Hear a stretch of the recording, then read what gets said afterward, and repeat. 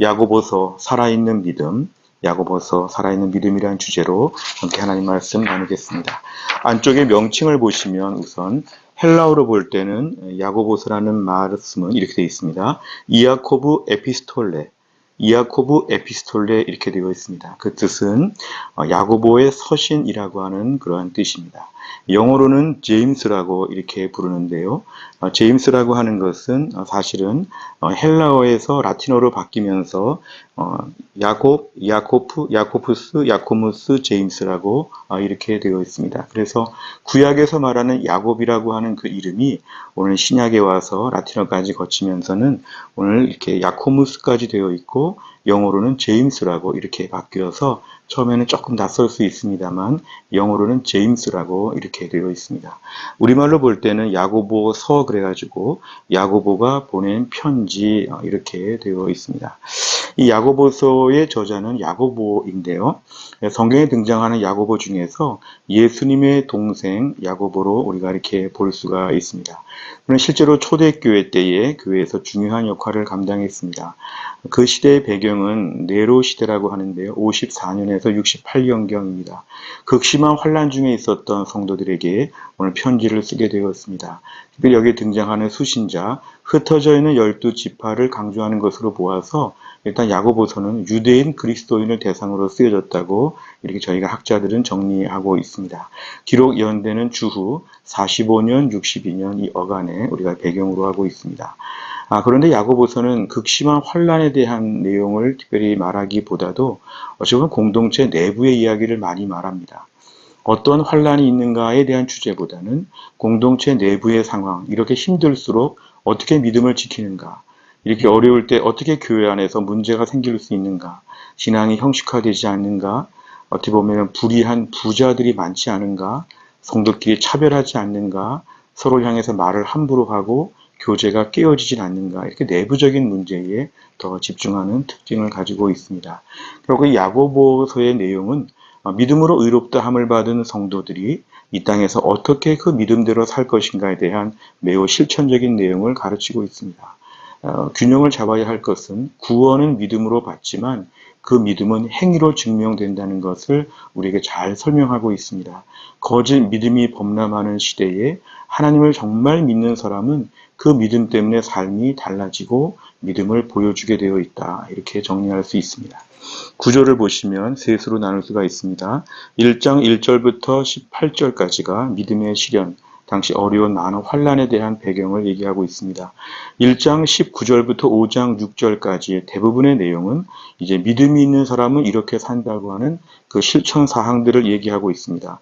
대략 한 7가지를 말한다고 볼 수 있는데요. 말씀에 순종한다, 서로 차별하지 않는다, 행함으로 믿음을 증명한다, 혀를 잘 다스린다, 위로부터 난 지혜를 구한다, 겸손한다, 그다음에 하나님을 의지한다, 불의한 부자들, 이제 궁핍에 처하고 고난을 당하는 많은 자들 앞에서 이들을 위로하는 내용들을 담고 있습니다. 결국 이 마지막에 5장 7절부터 20절까지는 믿음의 승리를 얘기하면서 소망을 잃지 않고 농부가 열매를 기다리듯이 고난을 통과한 욥처럼 주님의 재림을 기다리면서 이 승리의 날을 바라보라 이렇게 권면하고 있습니다.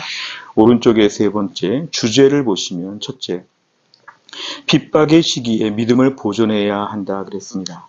이 핍박의 시기는 특별히 우리의 믿음이 지키기가 참 어려운 때인데 믿음이 흔들리게 될 때 이때는 다른 것 좀 잃어버려도 믿음을 꼭 지켜야 되는 그런 시기이다. 어찌 보면 우리의 삶 가운데 믿음을 지키기 어려울 때 그 믿음을 꼭 지키려고 하는 결단이 당시에도 필요하고 오늘날도 필요하다고 볼 수 있습니다. 믿음이 내 삶의 전부이다. 이러한 경각심을 가지고 영적인 무장이 참 필요한 때에 아무리 어려워도 믿음은 꼭 지켜야 된다. 이런 내용을 다루고 있습니다. 두 번째는 믿음은 삶으로 증명되어야 한다 그랬습니다. 우리가 오늘 구원을 받은 자들은 은혜로 구원을 받았기 때문에 앞으로도 은혜가 있다는 걸 알고 있기 때문에 삶에 있어서 굉장히 느슨하고 방종할 수가 있습니다. 초대교회나 지금이나 다 마찬가지인데요. 삶으로 증명이 도무지 되지 않는, 오히려 삶이 너무 황폐하고 너무 삶이 지저분하고 그런데 자기는 믿음이 있다고 주장하는 것, 오늘 초대교회 때 야고보서는 그런 것은 거짓이라는 것입니다. 진정한 믿음을 가진 사람들은 삶으로 드러나게 되어 있다.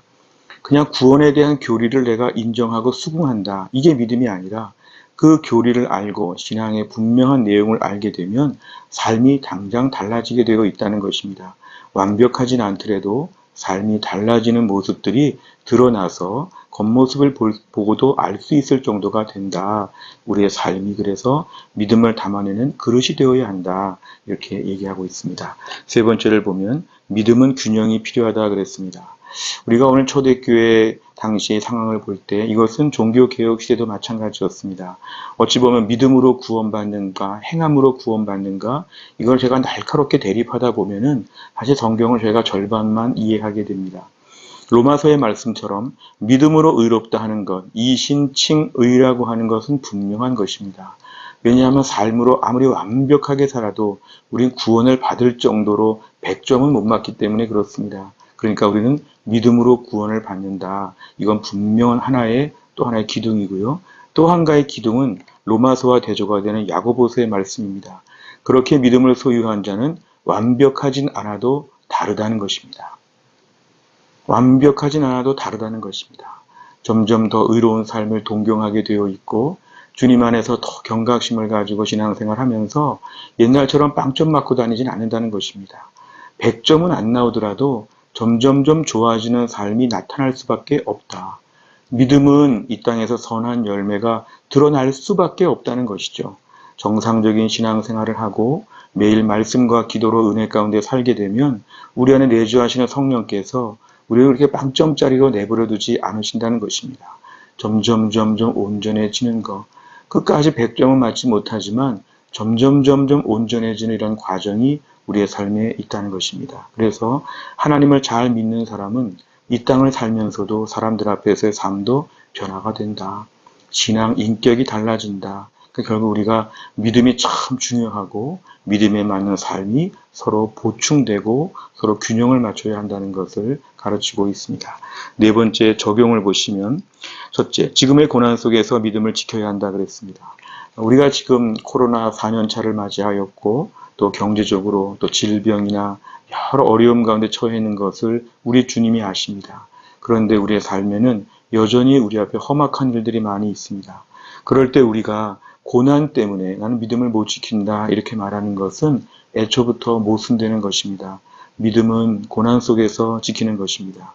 아무리 힘들고 어려워도 주여 나의 믿음을 지켜 주옵소서. 지금의 이 고난, 지금의 내가 아주 맞닥뜨린 이 고난, 이 속에서 주여 내가 믿음을 꼭 지킬 수 있게 하여 주옵소서. 이러한 마음으로 신앙생활의 우선적인 부분을 우리가 배정하고 순종하는 것이 필요합니다. 두 번째, 주변에 내 믿음을 보여주어야 한다 그랬습니다. 주변이라 하면 가깝게는 가정이고 또 직장이고 교회입니다. 이웃들 앞에서 내가 믿는 사람으로서의 모습을 보여주는 게 참 필요합니다. 크리스찬의 성화 과정은 평생 동안 진행되는 것입니다. 흔히 우리가 믿음이 있다고 하면서 그 믿음 때문에 오히려 면책특권을 받은 것처럼 안하무인의 태도를 가지고 거칠게 강팍하게 사는 것은 매우 잘못된 것입니다. 과연 믿음이 있는데 삶이 너무 이상하면 그 삶을 통해서 믿음은 재점검되어야 합니다.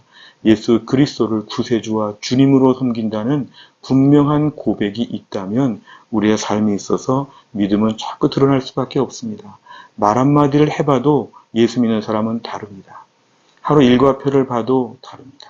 재물 사용표를 봐도 다릅니다. 내 삶에 있어서 믿음은 숨길 수 없는 것입니다. 믿음이 있기 때문에 언행 심사가 다 달라질 수밖에 없는 것이죠. 오늘 내 삶에 있어서 믿음과 아무 관계없는 자유로운 삶, 마치 주일 하루 예배당에서 1시간만 믿음을 보여주고 나머지는 프리 티켓을 가진 것처럼 마음껏 사는 것은 사탄의 수하에서 우리가 육의 사람으로 육신에 복종하는 것이 되는데 사실 장기적으로 이런 삶을 살고 있다면 다시 우리가 처음부터 구원받은 것을 점검해야 하죠. 예수 믿는 사람은 그렇게 살 수 없다고 성경은 분명히 우리에게 말씀하고 있습니다. 세 번째를 보면 믿음과 삶이 조화를 이루어야 한다 그랬습니다. 야고보서의 말씀처럼 어떤 사람은 믿음이 있고 어떤 사람은 행함이 좋다고 할 때에 우리는 이 둘을 분리할 수 없습니다. 우선 믿음은 분명해야 합니다. 내가 남들보다 조금 더 착하게 살았고 경건생활 잘했다고 해서 교회 봉사 열심히 했다고 해서 내가 뭔가 구원받는데 일정 부분 내가 오늘 채무 상환을 한 것처럼 큰 소리 치면 안 됩니다. 나는 아무리 해도 구원의 은혜를 갚을 만큼의 선행을 할 수 없습니다. 십자가의 은혜, 거저 주시는 은혜에 대해서 우리는 끝까지 붙잡아야 되죠. 또 한편으로는 내가 구원받은 것이 확실하기 때문에 내 삶에 있어서는 그 구원에 합당한 분명한 삶으로 변화가 되어야 합니다. 내 삶에 있어서 믿음으로 사는 것은 그래서 중요합니다. 나를 사랑하사 나를 위해 자기 자신을 버리신 예수 그리스도를 믿는다고 하면 그전처럼 죄 짓는 것에 대해서 가벼운 마음을 가질 수가 없습니다. 이 죄로 말미암아 예수님 십자가에서 죽으셨다. 이 죄로 말미암아 내가 지옥에 갈 뻔했다. 이 죄로 말미암아 얼마나 치욕과 얼마나 추잡하고 더러운 삶을 사는지 우리 인생의 모습을 다시 한번 깊이 생각해 보면 이제 돌이켜야 하죠. 갱생의 삶을 저희는 살아야 한다는 것입니다. 그래서 우리의 삶 가운데서 믿음으로 사는 삶은 다르다는 것을 자꾸만 기억해야 합니다. 내 안에 성령께서는 가만 내버려 두지 않습니다. 우리 안에 잘못한 것들을 생각나게 하시고 하나님 말씀을 들으면서 꺼림칙하게 하여 주시고 주님이 살펴보시기 때문에 온전하게 살도록 나를 자꾸만 이끌어 줄 것입니다. 그래 결국은 믿음도 좋아야 되고 삶도 좋아야 합니다. 믿음이 좋으면 삶이 좋을 수밖에 없기 때문에 결국 믿음이 정상적으로 작동하면 삶은 뒤따라오는 것입니다. 믿음이 없는 사람들이 좀 착하게 사는 것처럼 보이는 세상에 많은 인간적인 공로의식을 가진 사람들, 그러한 사람들의 선행은 온전치 않습니다. 믿음이 분명할 때 뒤따라오는 온전한 삶, 이것이 성경적인 우리의 삶의 목표입니다. 오늘 말씀을 통해서 우리의 믿음이 죽은 믿음인가 살아있는 믿음인가 삶을 통해서 잘 드러낼 수 있기를 간절히 바랍니다.